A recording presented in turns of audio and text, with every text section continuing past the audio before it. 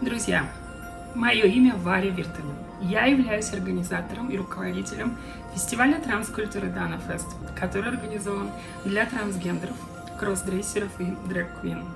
Я являюсь представителем трансгендерного сообщества и я имею гражданство России.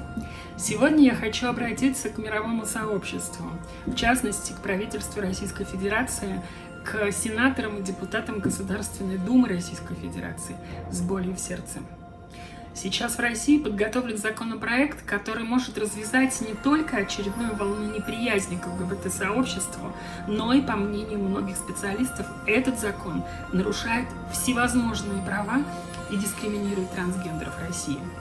Инициативная группа Совета Федерации, аналог Верхней Палаты Конгресса в США, выступила после утверждения поправок в Конституцию Российской Федерации с внесением изменений в Семейный кодекс, намерены внести новую статью о браке как добровольном союзе мужчины и женщины, статью 14 Кодекса, дополнить положением о запрете брака между лицами одного пола, в том числе сменившим пол. А кроме того, запретить быть опекунами лицам, состоящим в союзе, заключенным между лицами одного пола.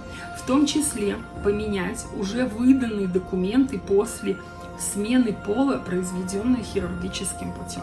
Фактически это прямой запрет на вступление в брак для трансгендеров России. Это нарушает и Конституцию Российской Федерации, и ратифицированные Россией декларации, Европейскую конвенцию о защите прав и основных свобод, а также Всеобщую конвенцию прав человека. Запрет на усыновление детей однополыми парами фактически лишает людей права на создание семьи на основании искаженных представлений о нравственности и причисляет представителей ЛГБТ и трансгендеров к гражданам второго сорта. Также в законопроекте появляется пункт о злоупотреблении родительскими правами, выразившимся в вовлечении детей в совершении преступлений, правонарушений или иных антиобщественных действий. Например, если родители берут с собой ребенка на мирный митинг. Это нарушает права тысячи людей на благополучную жизнь в России. Единственное, что нам остается делать, это просить убежище в других странах.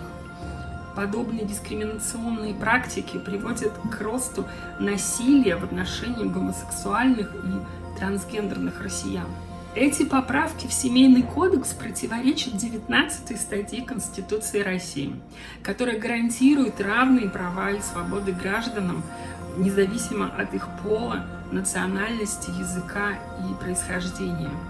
18 июля 2020 года было запланировано пикетирование группой представителей сообщества и ЛГБТ-активистами. К сожалению, акция не состоялась, и порядка 127 участников были задержаны у здания Государственной Думы в Москве и доставлены в отделение полиции, где их продержали более 7 часов в нарушении всех инструкций статей закона о полиции, в котором написано, что задерживать можно до 3 часов.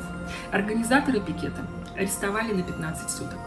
Законопроект в том виде, в котором он представлен, я еще раз подчеркиваю, является дискриминационным и должен быть отклонен.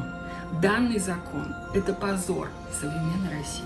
Если мы с вами обратимся к истории, то станет наглядно, что подобные мысли высказывались в 30-40-х годах прошлого века в нацистской Германии.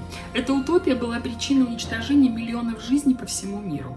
И все потому, что вовремя не остановили эту коричневую чуму. Я обращаюсь к здравомыслящим людям, которые понимают, что нет людей второго сорта, есть только человек. Прошу обратить внимание на этот очень важный вопрос. От принятия этого закона зависят многие тысячи судеб. Жизнь каждого человека важна. Мы запускаем хэштег Transgender Lives Matters. Поддержи наш проект.